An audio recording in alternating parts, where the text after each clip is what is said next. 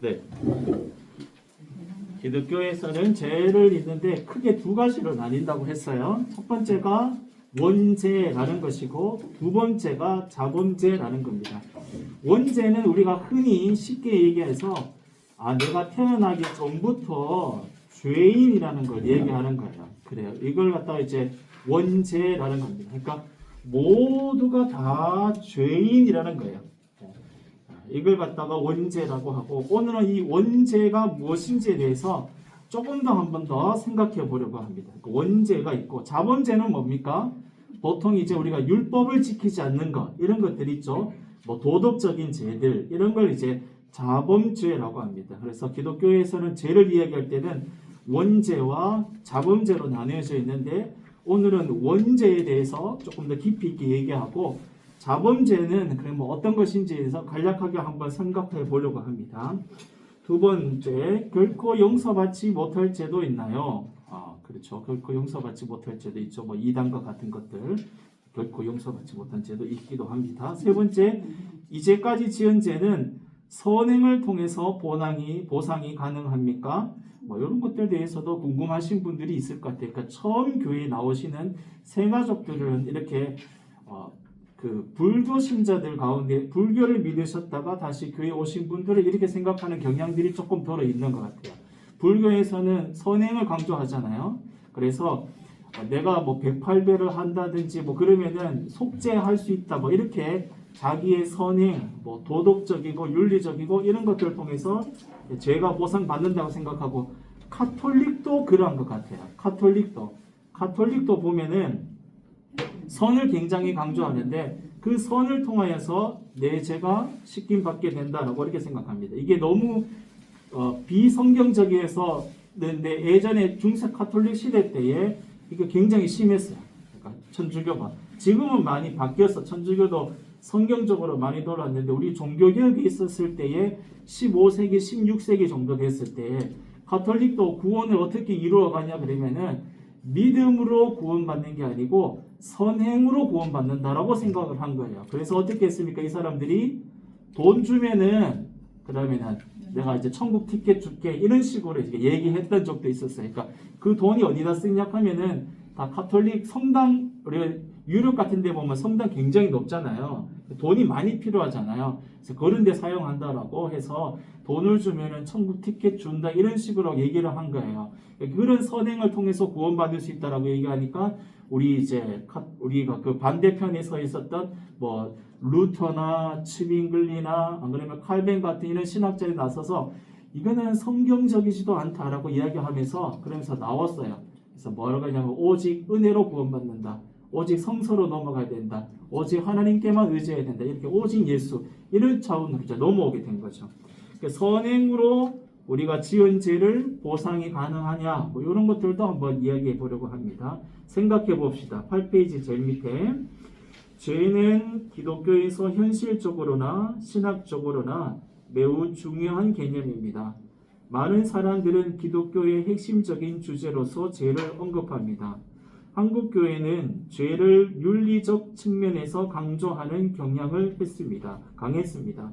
물론 이 부분도 빼놓을 수 없는 것이기는 합니다. 이게 뭐냐 하면 아까 제일 처음 얘기했던 죄에 대해서 얘기할 때 원죄와 자범죄 얘기했죠. 자범죄 같은 것들을 강조했다는 거예요. 그 대표적인 게 한국교회에 뭐가 있을까요?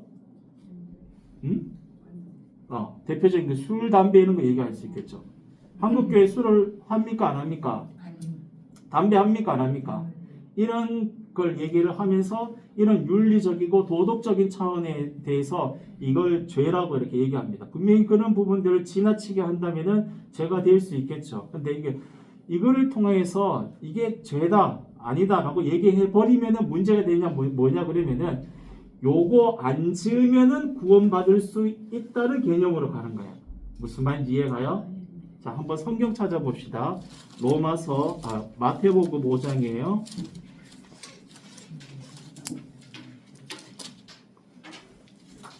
마태복음 5장이에요. 5장 21절, 22절, 23절, 24절, 25절, 26절 한번 읽어볼게요. 한번 봅시다. 이게 참 재밌어요. 먼저 5장 17절 제가 한번 읽어볼게요. 마태복음 5장 17절. 내가 율법이나 선지자를 폐하러 온 줄로 생각하지 말라. 폐하러 온 것이 아니라 완전하게 하려 함이라. 여기서 내가가 누구예요? 그렇지. 예수님이 나는 율법이나 선지자를 폐하러 온 줄로 생각하지 말라. 뭐라고 합니까? 그 다음에 폐하러 온 것이 아니고 완전하게 하려 함이라 라고 이야기를 했어요. 우리는 율법 얘기하면은 우리 개혁 종교, 그러니까 특히 이제 카톨릭을 제외하고 우리 이제 개신교, 그렇지, 이렇게 프로테스탄트라고 얘기하죠. 루터파나 아니면 우리 칼빙에 속한 장로교회 이런 쪽에서는 율법하면은 막 싫어해. 그래야 안 그래요? 다 좋아하는 걸로. 권사님 싫어해요, 안 싫어해요? 율법을 뭘 지키기가 힘들으니까 싫어하지요. 그래요. 하여튼 율법하면 우리는 싫어합니다. 왜냐하면 우리는 오직 은혜거든. 그래야 안 그렇습니까? 뒤에 나옵니다. 오직 은혜를 왜 우리가 강조하는지. 오직 은혜를 나옵니다. 그렇게 율법하면 싫어합니다. 근데 예수님 뭐라 해요? 율법 폐하러 온 게 아니고 나 완전하게 하려 왔다라고 이렇게 얘기해 주세요. 그러니까 예수님을 통하여서 율법이 완전하게 되는 거야. 거기에 대해서 예수님이 가르쳐 주셔요. 21절부터 어디까지 가르쳐 주냐 하면은 42절까지 가르쳐 줘요. 이게 뭐냐 하면 율법을 그 당시에 바리새인과 서기관들이 해석을 했어. 얘들이 잘못 지킨 거야. 예수님께서 이 율법을 하나님께서 주신 이유와 목적을 대해서 분명하게 다시 새롭게 재갱신하면서 예수님께서 이게 율법을 주시는 것이 무엇인지 가르쳐 주면서 이게 완전하게 해주세요. 그게 뭐냐면 이런 것들이 그런 내용들이 몇 가지가 있어. 한번 찾아볼게요. 21절 말씀이 있습니다. 마태복음 5장 21절. 옛사람에게 말한 바, 옛사람이 뭐예요? 이게 구약시대의 사람, 이스라엘 백성이에요. 구약시대에 살인하지 말라. 여러분, 살인하지 말라는 이게 어디다 적혀져 있어요? 그렇지. 10계명에서 몇 계명입니까? 요건 모르죠? 저도 잘 몰라요. 제 집 찾고 있습니다. 뒤에. 잘 생각해. 제 6계명입니다. 살인하지 말라가 8도 아니고 9도 아니고 10도 아니고 6이에요. 굉장히 중요한 겁니다. 그래서 6계명이에요. 근데 읽어볼게요. 살인하지 말라. 누구든지 살인하면 심판을 받게 되리라 하였다는 것을 너희가 들었으나 나는 너희에게 이르노니, 여기서부터 예수님께서 나는 나오죠. 이게 중요해요. 마태복음 요거 다 읽을 때 나는 예수님께서 율법을 완전하게 해주는 거예요. 이렇게 생각하면 돼요. 너희에게 이르노니 형제에게 노하는 자마다 심판을 받게 되고 형제에 대하여 나가라 하는 자는 공회에 잡혀가게 되고 미련한 놈이라 하는 자는 지옥불에 들어가게 되리라. 그러므로 예물을 제단에 드리려다가 거기서 내 형제에게 원망 들을 만한 일이 있는 것이 생각나거든 예물을 제단 앞에 두고 먼저 가서 형제와 화목하고 그 위에 와서 예물을 드리라. 너를 고발하는 자와 함께 길에 있을 때에 급히 사하라. 그 고발하는 자가 너를 재판관에게 내게 주고 재판관이 옥리에게 내어주어 옥에 가둘까 염려하라. 진실로 내게 이르노니 내가 한 푼이라도 남김없이 다 갚기 전에는 결코 거기서 나오지 못하리라. 예수님이 이렇게 얘기했어. 너희들 살인하지 말라. 살인하면은 심판받게 됐다는 걸 알고 있지? 이스라엘 사람들에게 얘기하는 거야. 제 6계명을 이스라엘 사람들은 잘 지켰을까요? 안 지켰을까요? 잘 지켰겠지. 10계명은 다 지켰을 거예요. 옛 사람들은 굉장히 율법주의자이기 때문에 잘 지켜요. 근데 옛 사람들은 어떤 걸 했냐 그러면은 형제에 대해서 노하고 그 다음에 욕하고 야, 이 미련한 놈이라 그러면서 인격적으로 모독을 줘. 이런 일들은 서스럼 없이 했어. 무슨 말인지 이해갑니까? 사람을 칼로 내가 죽이지는 않았어. 그런데 어떻게 했다고 그래요? 인격적으로 살인을 한 거야. 그러니까 예수님께서 뭘 이야기하고 싶으냐 그러면은 너희들은 겉으로는 10계명을 잘 지켜. 그죠? 잘 지키는 것 같은데 실상은 너희들이 하나님께서 살인하지 말라는 10계명을 너희한테 준 이유와 목적을 잘 지키지는 않아. 왜 그러냐 하면 너희들 계속해서 말로 사람을 살인하고 있기 때문에 그런 거야 라고 하는 거예요. 하나님께서 살인하지 말라라고 율법을 주신 이유는 딱 분명해요. 그럼 뭐냐 하면 생명 존중, 생명 사랑이야. 무슨 말인지 이해가요? 포괄적이고 굉장히 넓어요. 하나님께서 그 율법을 주신 이유는. 근데 이스라엘 사람들 율법을 잘 지켰어. 진짜 죽이지는 않았어. 그런데 하나님께서 율법을 주신 목적과 의미대로 사용하지는 않았어. 뭐냐 하면 이게 굉장히 자기 방어적으로 율법을 사용했어. 거룩하게 예배 성전을 나왔어. 근데 삶을 어때요? 엉망진창이야. 이 사람 구원받은 사람이에요? 구원받지 못한 사람이에요? 쉽게 얘기 못하겠죠. 하나님 은혜가 워낙 크니까. 그래도 진짜 그리스도인이니까 가짜 그리스도인이니까 이렇게 얘기할 수 있을 것 같아. 이 사람 진짜 그리스도인이냐 가짜 그리스도인이야? 그렇지, 가짜 그리스도인이야. 옛날 이스라엘 사람들이 그래 했다는 거야. 살인하지 말라 해가 칼을 찔러 죽이지는 않았는데 엉망진창으로 삶을 살았던 거지. 실제로는 거듭남이 없이 하나님께서 율법을 주신 생명 존중, 생명 사랑 이런 건 없었어. 이 사람들 율법을 지킨 사람이에요? 율법을 안 지킨 사람이에요? 안 지킨 사람과 동일하다는 거야. 그래서 너희들 살인하지 말라. 칼로 안 찌르면 죽는 거나 똑같은데 실제로 너희가 어떤 사람이냐 하면은 너희들 지옥불에 들어가는 사람과 똑같다는 거야. 속에 거듭남이 없고 이웃 사랑하는 마음 없고 생명 존중하는 마음 없기 때문에 율법을 주신 것을 예수님께서 어떻게 해요? 새롭게 잘 회복시켜 주신 거예요. 간음하지 27절에는 간음하지 말라라고 되어져 있어요. 이것도 다 예수님께서 다시 율법을 새롭게 해석해 주시는 거예요. 간음은 진짜 안 했는데 자 보세요. 이것도 한번 볼까요? 자 27절 또 간음하지 말라 하였다는 것을 너희가 들었으나 나는 너희에게 이르노니 음욕을 품고 여자를 보는 자마다 마음이 이미 간음하였음이니라 하고 이게 계속 이어져요. 31절 또 일렀으되 누구든지 아내를 버리려거든 이혼 증서를 줄 것이라 하였으나 나는 너희에게 이르노니 누구든지 음행한 이유 없이 아내를 버리면 이는 그로 간음하게 함이요 또 누구든지 버림받은 여자에게 장가드는 자도 간음함이니라.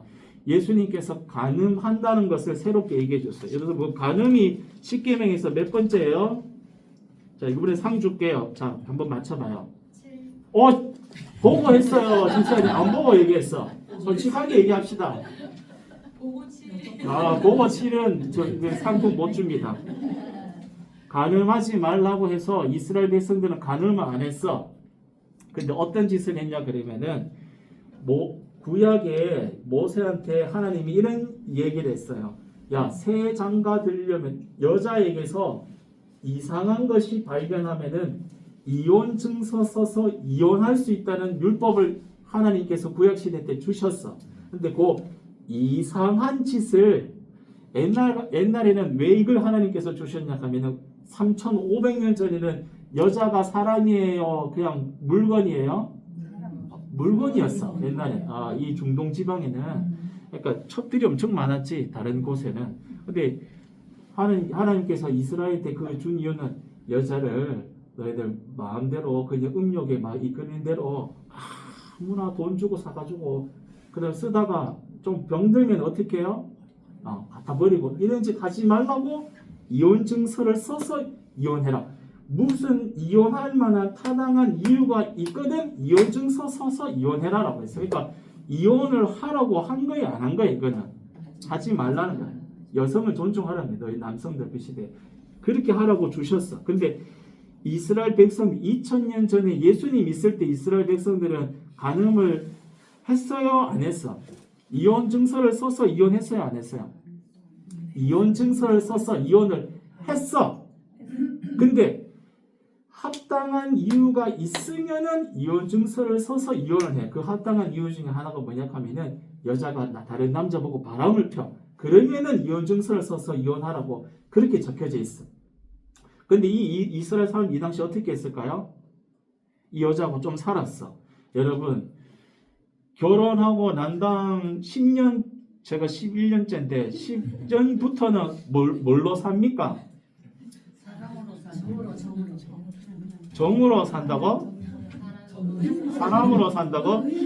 죄송합니다. 저 먼저 나가도록 하겠습니다. 이거 다 믿음이 좋으셔가지고 저는 믿음으로 삽니다. 하나님 맺어준 거 짝지어 주셨기에 저는 믿음으로 삽니다. 여러분 사랑으로 사시는군요. 이건 영상 찍으면 안 되는데. 예, 하여튼 믿음으로 삽니다. 그렇게 하나님 짝지어 주셨기에 하나님이 짝지어 주신 것이기 때문에 믿음 가운데에서 서로 사랑하면서 가정을 이루 나가야 되는 거예요. 이게 성경적인 원리예요.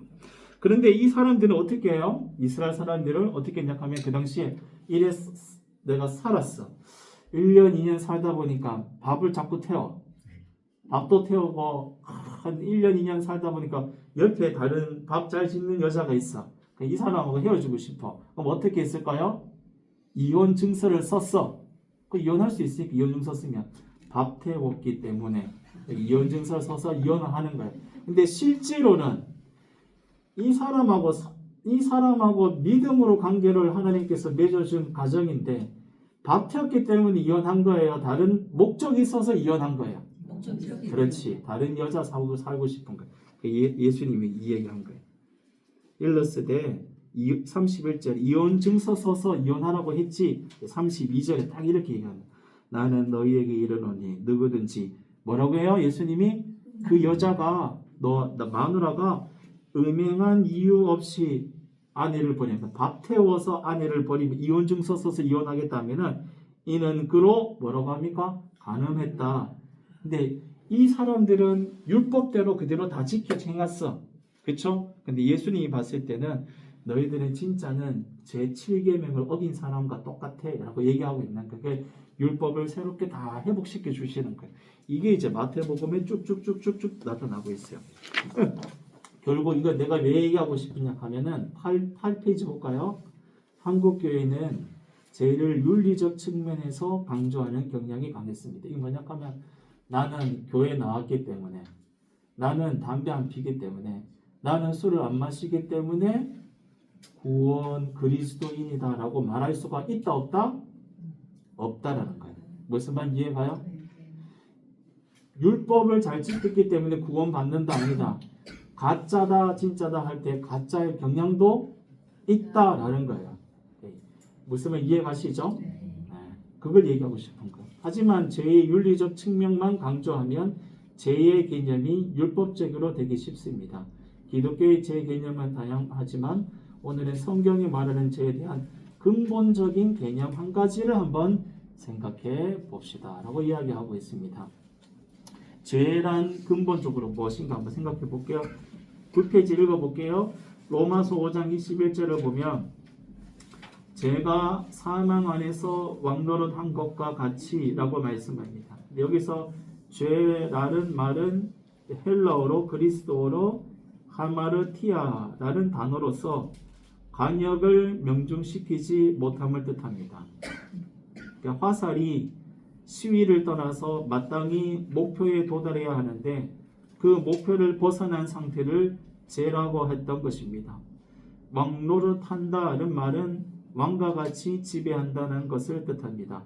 여기서 볼 때 죄와 사망은 하나의 강력한 지배력을 가리킵니다. 왕과 같은 지배력, 곧 불가항력적이고 불가피한 지배력을 가리키는 것입니다. 그러니까 죄 조금 더 읽어볼게요. 성경에서는 죄를 말할 때 단수로 앞에와 같이 단수로 표현하기도 하고 복수로 표현하기도 합니다. 복수로 죄들이라고 할 때는 우리가 짓고 범하는 많은 죄악 또는 허물을 말합니다. 이러한 죄의 개념은 종교적이고 특히 도덕적인 계명을 범하는 많은 가오를 지칭합니다. 그러니까 이게 이제 아까 얘기했듯이 자범죄 같은 것들입니다. 그러나 이런 윤리적인 복수로서의 죄를 말하기 전에 단수로 죄라고 말할 때 특히 하마르티아라고 할 때는 우리가 범하는 많은 죄들의 근원에 있는 보다 근본적인 현실로서 엄연히 존재하는 죄를 가리킵니다. 이는 사람으로 하여금 창조주 하나님으로부터 분리시키고 소외시켜 생명의 진정한 목적과 의미를 상실케 하여 죽음과 허무로 몰아가는 죄의 절대적인 지배력을 가리키는 말입니다.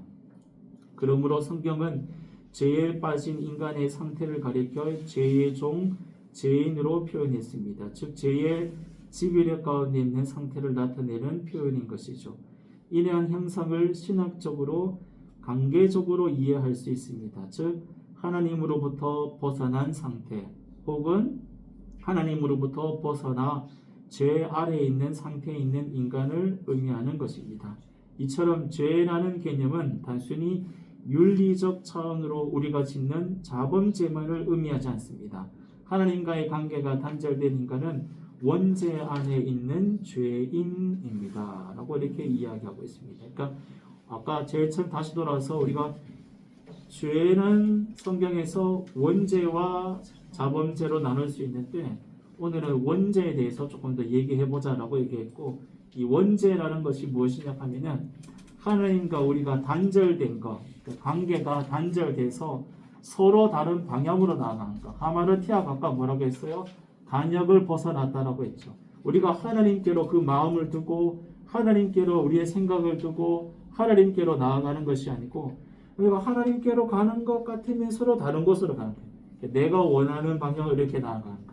하나님하고 관계없이 다른 방향으로 나아가는 것을 죄라고 할 수 있을 것 같습니다. 10페이지 보면서 조금 더 얘기해 볼게요. 로마서 5장 12절은 그러므로 한 사람으로 말미암아 죄가 세상에 들어오고 죄로 말미암아 사망이 들어왔나니 이와 같이 모든 사람이 죄를 지었으므로 사망이 누구에게 이르렀다고 합니까? 모든 사람에게 이르렀냐 말씀합니다. 여기서 한번 볼게요. 처음 인간은 하나님으로부터 벗어났습니다. 그는 스스로 하나님이 되고자 했습니다. 하나님의 말씀이 아니라 뱀의 말을 따라 스스로 하나님과 같이 되고자 했습니다. 그때 인간은 하나님으로부터 벗어났습니다. 하나님으로부터 벗어나니 부끄러워 자신의 벗은 몸을 가리웠습니다. 즉 하나님의 관계가 단절된 것을 나타내는 것이죠. 무엇보다 하나님의 통치 아래에 있던 에덴 동산에서 쫓겨났습니다. 이처럼 죄라는 개념은 관계적이며 영적인 개념입니다. 이는 하나님과 우리의 관계가 단절된 것, 벗어난 것을 의미합니다. 하나님으로부터 멀어지니 우리는 더 이상 하나님의 통치와 보호 아래에서 벗어나 스스로 수고하여 먹을 것을 구해야 했으며 하나님으로부터 벗어나니 우리는 생명을 잃고 죽게 되었습니다. 이것이 보편적인 죄인 원죄입니다. 라고 이야기하고 있습니다. 여러분 창세기 3장 말씀 보면은 에덴 동산에서 아담과 하와가 살고 있었어요. 그런데 하나님께서 뭐만 먹지 말라고 했어요? 선악과만 먹지 말라고 했어요. 그게 뭐냐 하면은 하나님께서 그 땅을 통치하고 하나님께서 이 세상을 다스린다는 하나님의 주권을 선악과를 통해서 하나님이 이 창세기 3장에 가르쳐주고 있는 거예요. 이런 이해를 들 수 있을 것 같아요. 어떤 사람이 있었어. 근데 그 교회가 있었는데 교회 옆에 주차장이 있었어. 어떤 사람이 주차장에 있었어. 학교가 있었어. 학교가. 근데 그 교회 옆에 학교가 있으니까 학교에 운동장이 크게 있어요, 없어요? 그래서 교회가 자꾸 부흥성장하니까 요새 사람들이 교회 올 때 지하철 타고 온 사람들 많겠지만 자차 타고 많이 오잖아요. 우리 교회는 다행히 5층까지 지하 그게 있잖아요, 주차장이. 근데 많은 교회가 없으니까 옆에 있는 학교에게 주차장을 빌리려고 했어요. 그러니까 빌렸어. 다 빌리는데 1년 몇 주입니까? 52주. 야, 똑똑하십니다. 52주야. 근데 학교에서 한 주만 안 되겠대. 한 주만. 51주를 쓰래. 그래서 내가 그래갖고 교회가 알겠습니다. 감사합니다라고 썼어. 한 3년 정도 지나다가 근데 사람들이 얘기했어. 하필이면은 52주 중에 왜 한 주만 안 빌려주냐. 한 주 동안 너무 힘들다. 한 주도 더 빌려달라고 했어. 근데 학교 측에서 얘기했던 말이 뭔지 알아요? 그래, 이 땅은 그래야 우리가 너희한테 빌려주는 것을 깨닫게 하기 위해서 그렇게 한 거라고 그렇게 이야기해요. 무슨 말 이해가시죠?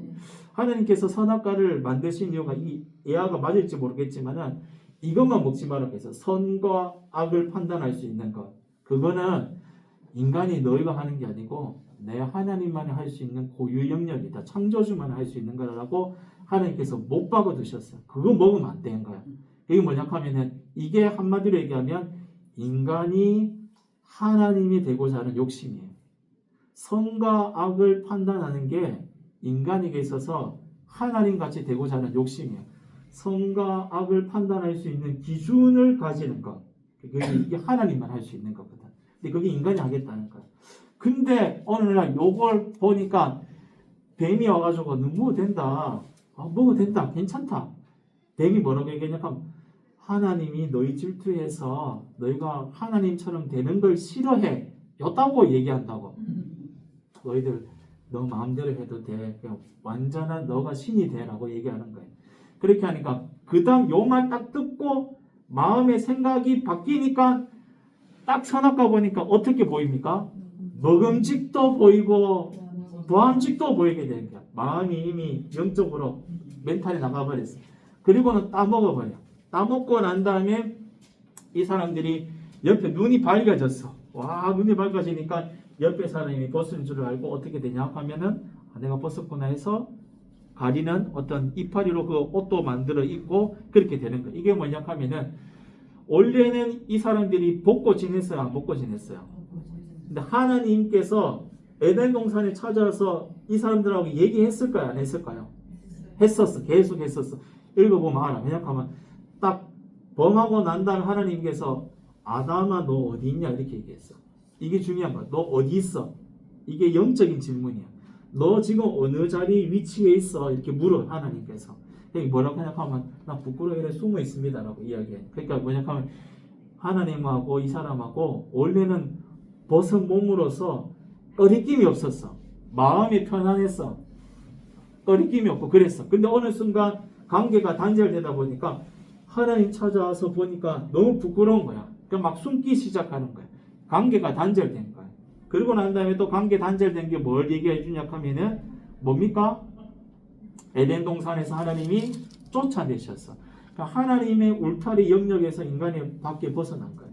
관계가 다 단절된 거죠. 여기 이제 한 개 나오고 그 다음에 3장 다음에 4장이 뭐냐 하면은 가인과 아벨 나옵니다. 여러분 가인과 아벨이 형이 누구예요? 가인. 동생이 누구예요? 아벨이에요. 요건 잘 기억하고 있죠. 네, 이렇게 있다가 가인하고 아벨이 하나님한테 예물을 드리는데 이게 하나님께서 동생은 건 받고 가인 건 안 받았어. 왜냐 하면은 히브리서 보면은 아벨은 믿음으로 드렸기 때문에 하나님 받았다고 얘기해. 그러니까 믿음으로 아벨이 드렸던 것 같아. 하나님 내 거 감사합니다. 나의 예물을 받아주십시오라고 드렸어. 근데 가인은 아마 그렇지 못했던 것 같아요. 그렇게 드리니까 하나님께서 형 건 안 받고 동생 건 받았어. 그러니까 형이 봤을 때는 이 가인을 죽여버렸어. 왜 죽였을까요? 질투 맞아요. 더 이상 나와 경쟁 상대가 없어져야 되기 때문에. 이게 뭐냐 하면 인간의 우리는 이 세상은 어떤 세상이에요? 약육강식 세상이지. 그걸 나타내주는 거예요. 더 이상 나와의 경쟁 상대를 동생인데도 불구하고 죽여버리는 거예요.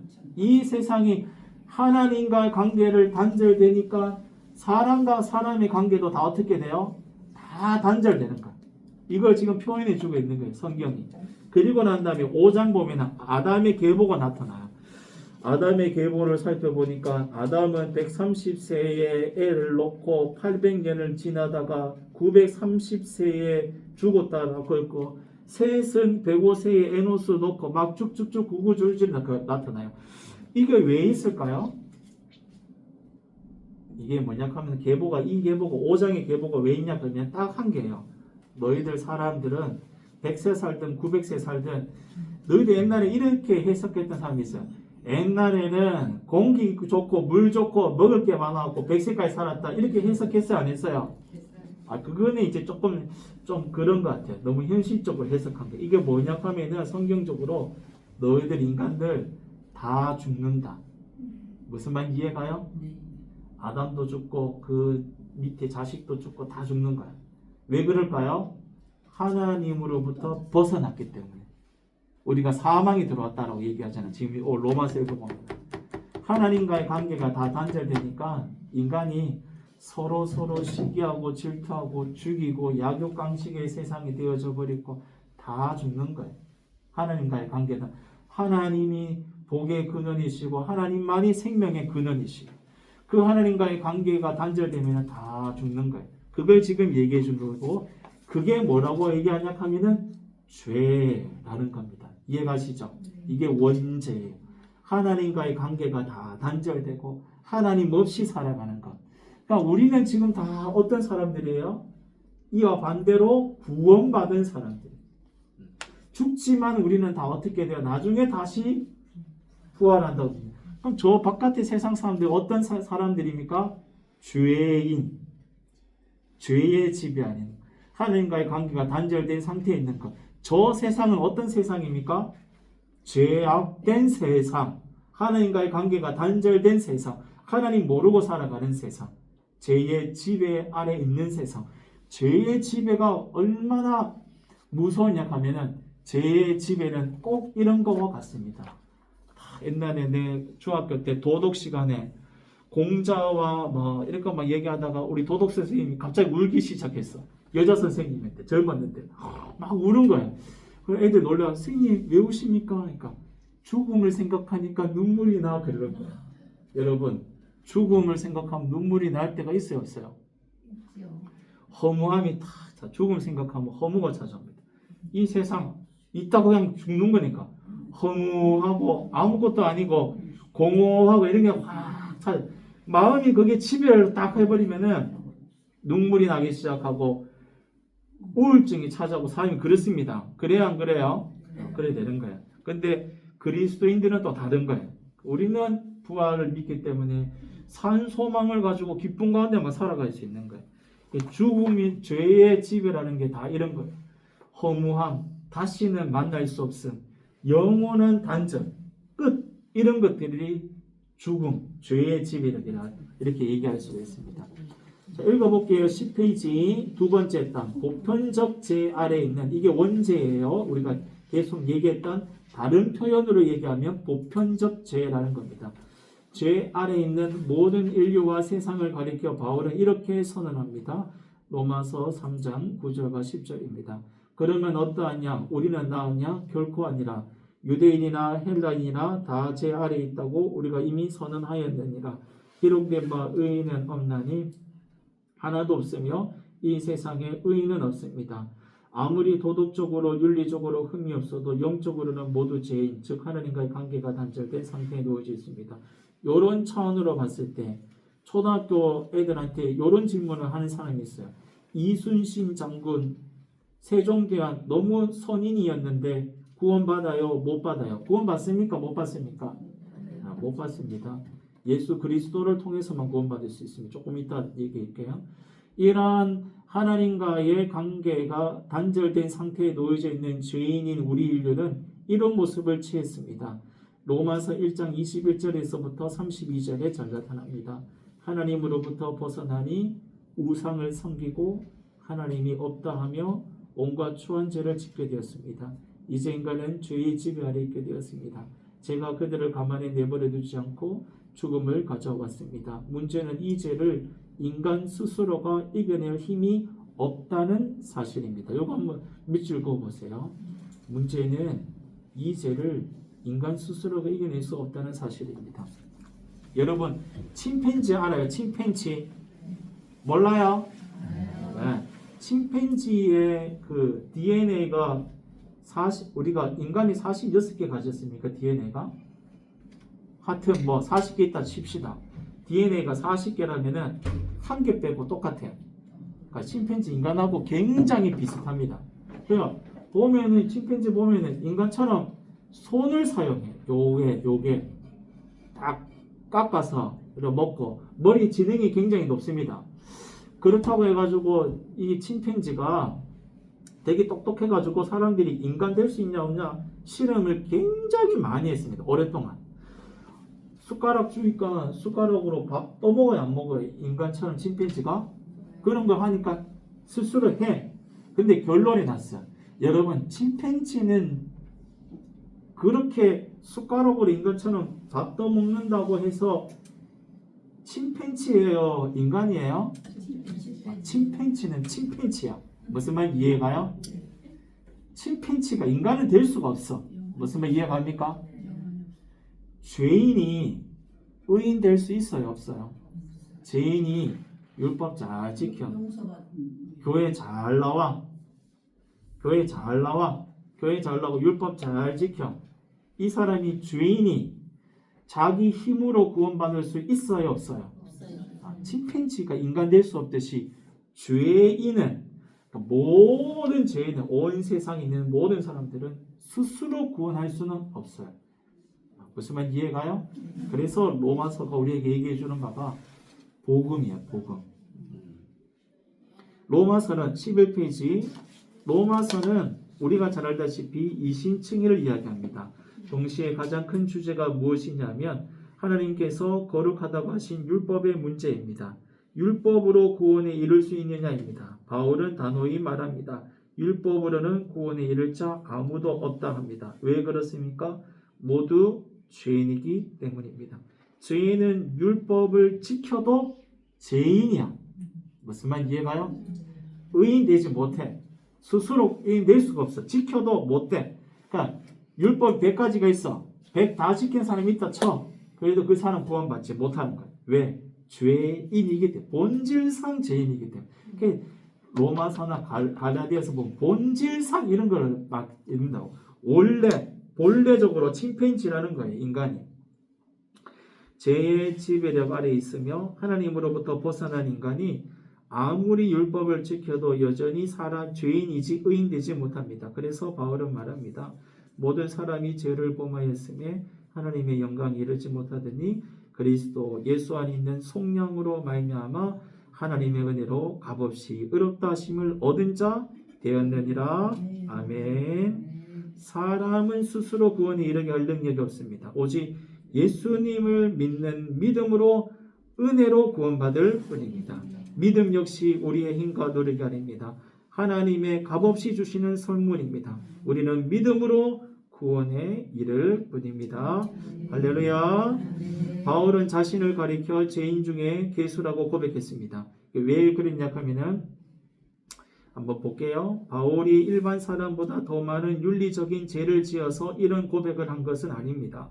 바울의 이러한 고백은 삶의 목적과 방향을 상실한 가운데 나타난 실존적 탄식이라고 할 수 있습니다. 하나님으로부터 벗어나 어디로 가야 할지 몰라 방황하는 인간의 실존을 말합니다.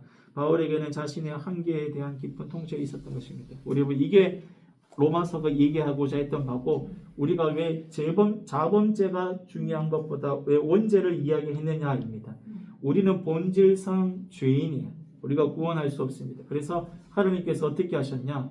하나님 스스로 인간이 되셔서 하나님께서 예수 그리스도 독생자에게 모든 인류의 죄의 짐을 십자가에 다 대신 지게 하시고 예수의 생명을 우리에게 주셨어. 이제 그를 믿는 자마다 구원받게 하셨어요. 이것이 하나님의 뜻인 거예요. 인간이 스스로 구원할 수 없기 때문에 하나님께서 우리를 너무 사랑하셔서 하나님께서 스스로 이렇게 새로운 방법으로 새로운 길을 열어주셨다는 겁니다. 이걸 이제 믿는 믿음 가운데에서 우리가 구원에 이르게 된다라고 우리가 이야기할 수 있을 것 같습니다. 그리고 이걸 깨닫는 사람들은 어떤 고백을 하냐 하면 하나님, 내가 죄인이었습니다 라고 고백하고 깨닫게 되는 거예요. 베드로가 예수님께서 153마리 물고기 잡잖아요. 처음에 요소 해봐라 하니까 베드로가 선생님 하거든. 누가복음입니까?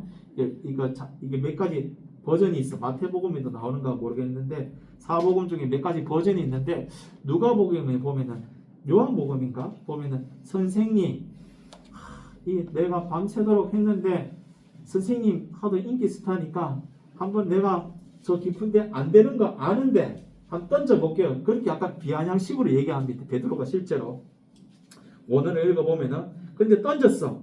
물고기가 몇 마리 잡혔어요? 153마리 막 터질 만큼 잡혔어. 그리고 난 다음에 베드로가 그 갈릴리 바다로 뛰어들면서 도망가 버려요. 도망가 버리면서 베드로가 다시 무트로 나와서 예수님 앞에서 뭐라고 얘기합니까?